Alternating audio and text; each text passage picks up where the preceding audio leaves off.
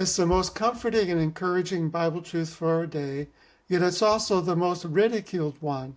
It's a precious hope for a multitude of believers, including myself, yet so many mock and scoff at our anticipation of Jesus' imminent appearing. Hello, my name is Jonathan Brittner, and I'd like to welcome you back to my podcast series providing biblical evidence for placing the rapture before the start of the 7-year tribulation. Today, I want to take you through what I regard as a foundational passage for our understanding of the rapture, that of 1 Thessalonians 4, verses 13 to 18. This particular passage has a special significance for me because after my dad died when I was 10 years old, the Lord used this passage to comfort my heart after the loss. I took a rose petal from my dad's coffin and I placed it in my Bible at 1 Thessalonians 4 to remind me of the hope of the day when I would see my dad once again.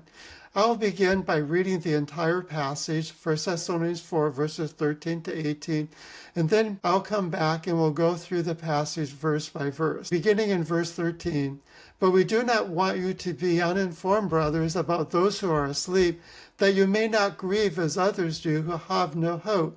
For since we believe that Jesus died and rose again, even so through Jesus God will bring with him those who have fallen asleep.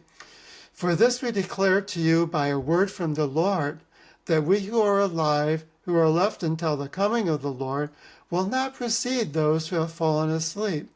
For the Lord himself will descend from heaven with a cry of command, with the voice of an archangel, and with the sound of the trumpet of God, and the dead in Christ will rise first. Then we who are alive, who are left, will be caught up together with them in the clouds to meet the Lord in the air, and so we will always be with the Lord. Therefore encourage one another with these words." Now in these verses, Paul is telling us a story, really. Of course, he's explaining the rapture, and these words are very encouraging, but it's part of a story that concerns the Thessalonians, the saints in Thessalonica. In the short time between his forced departure from the city and the writing of the first letter to these new believers, some in their midst died. The text does not tell us how this happened, just that it did. Now, as I go through this text verse by verse, I'd like you to ask the Lord to show you how these words speak to the story of your life, just as they did to mine when I was only 10 years old. Back in verse 13 we read, "But we do not want you to be uninformed." Now the word uninformed tells us a lot. It tells us that the reason for the Thessalonians' grief was not something that they did not believe. In other words, it was not something that Paul told them about when he was with them and they did not believe, but it was something of which they were uninformed. It wasn't that they didn't believe in the resurrection, because Paul surely told them about the resurrection of the dead when he was with them. We see from 1 Corinthians 15, 1 to 19, that it was an essential part of the message Paul preached during this time in his ministry. He stressed Jesus' resurrection from the dead, as well as that we as believers would rise from the dead someday too. And so it was not a matter of them not believing in the resurrection. It was something else, which we will explore later in these verses. Now we notice that he tells them not to grieve as others do who have no hope. It's important to note Paul is not telling us not to grieve over the loss of loved ones. Of course, we will miss them in our daily life, and the more connected they are to our daily life, the more we're going to miss them.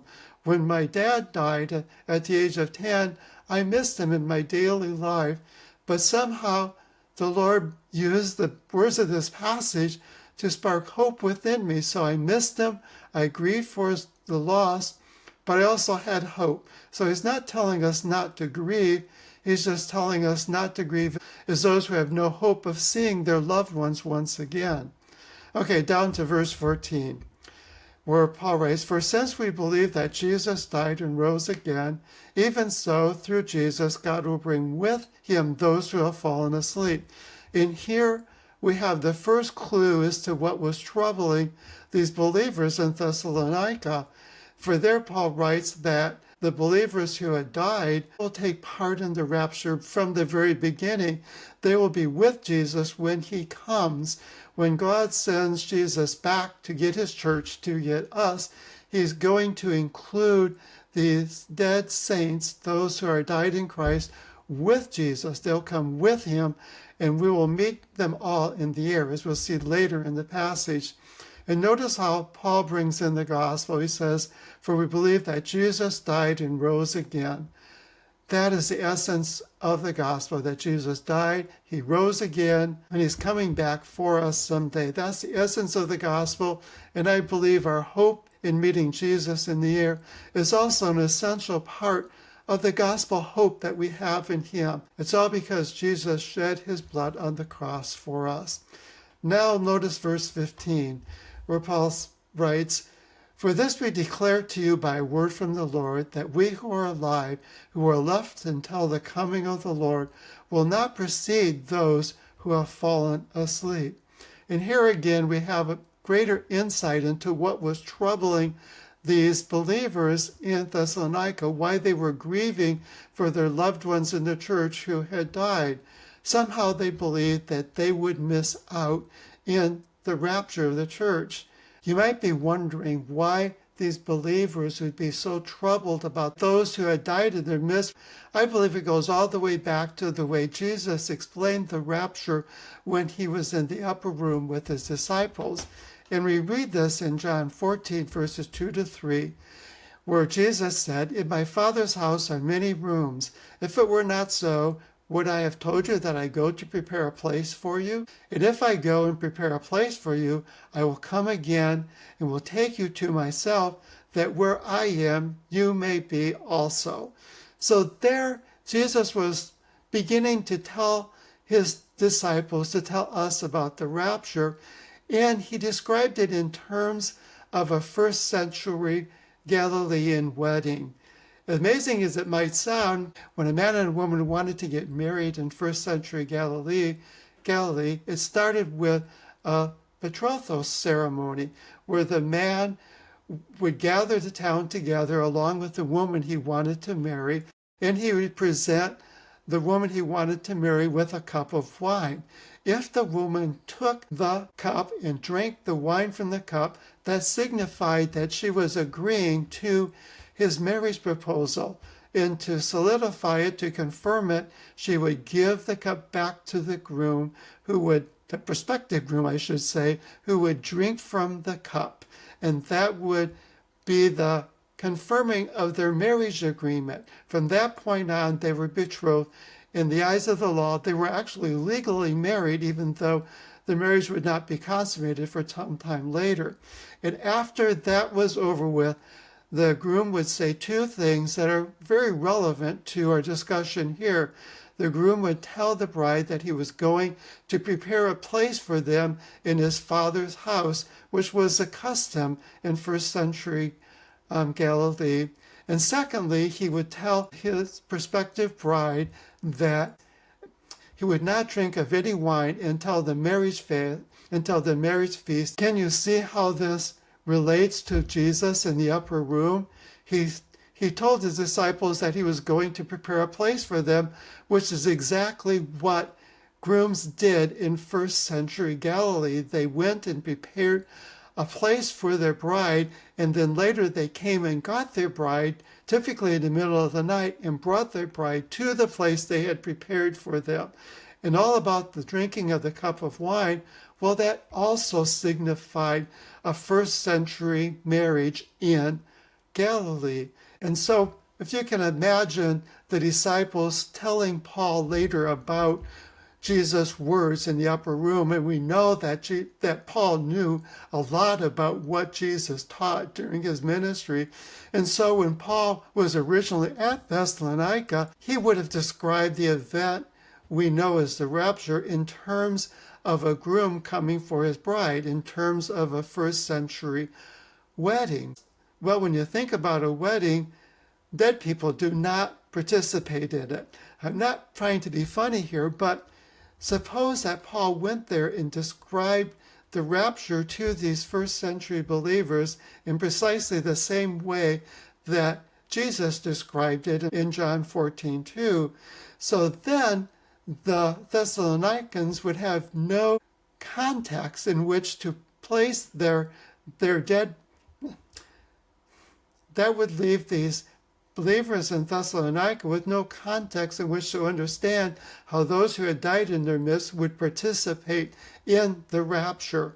And so I believe that explains it, and that's why they were grieving, and that's why in this passage Paul emphasizes the fact that when Jesus comes, the dead in Christ will rise first. Look at what Paul says, what Paul writes, I should say, in verse 16.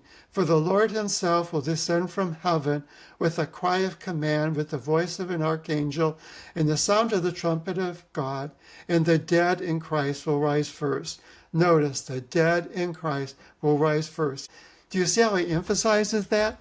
That's what was troubling these first century believers, and that's the encouraging word that Paul is giving to them. And notice that Paul begins this whole context as saying that he's saying this by a word from the Lord.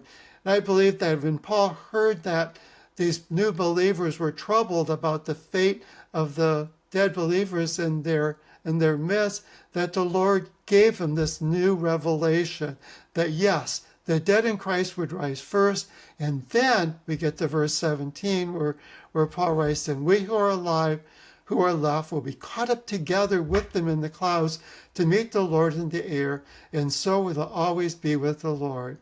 And notice a couple things here that Paul is saying that we who are alive. Isn't it amazing that Paul had the expectation of being alive at the time of the rapture, at the time of Jesus appearing, at the time when the Lord comes back for his saints? Does that not tell you that Paul expected that the rapture to happen before the day of the Lord? Because if the day of the Lord, with all this great persecution of believers and Jews, what we can know as the tribulation, if that had started, Paul's life expectancy would be very short. That is, if it had started during his lifetime. But the fact that Paul anticipated being alive at this time speaks volumes that he expected it to happen at any time. Now we know that many years later, when Paul was nearing the end of his life, he knew that the rapture was not going to happen before he died. The Lord seemed to have assured him that he was going to die, but yet there was still a reward for his eager anticipation of Jesus' return. And then Paul goes on to talk about being caught up together. And the word for being caught up is the Greek word harpazo.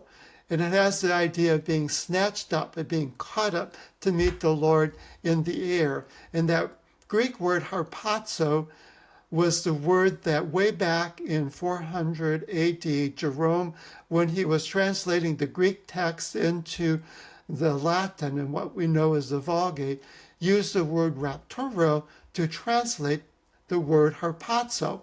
And that is where we get the word rapture to describe the event in this passage, that of us being caught up to meet the Lord in the air.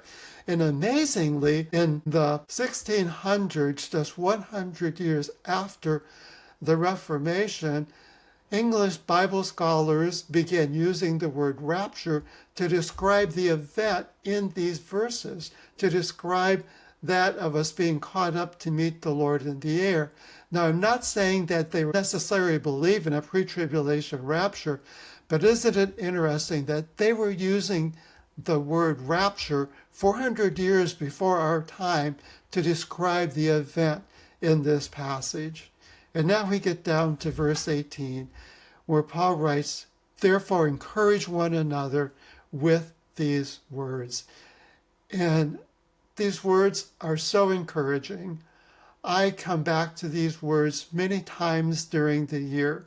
This passage, along with 1 Corinthians 15, verses 47 to 55, and Philippians 3, verses 20 to 21. I come back to these verses often because they're so encouraging, and that's why I write. I believe the Lord has called me to the ministry that He has called me to do, because I want to encourage you with these words, just as Paul commands us in this passage. And there's so much comfort in knowing that this life is not all we have. We do not know how soon we're going to meet Jesus in the air. The signs tell us that it could be very soon. We know we live in the season of Jesus appearing. Is so evident with Israel being a nation and all they're going through. It just seems as though it cannot be much longer, but we also know that we wait, knowing it's going to happen. We just do not know when. Anyways, I would like to thank you for bearing with me in this podcast. And if you enjoy this podcast, please click on subscribe so that you'll be notified of future podcasts, because I plan on recording more of them, Lord willing, that have to do with our hope of Jesus' imminent return, that of our pre-tribulation rapture, and also from time to time to provide updates on Bible prophecy, to provide updates on how the events of our day speak to the fact that we truly live in the last days. Again, thank you very much for bearing with me, and I pray that the Lord's blessings will be upon you.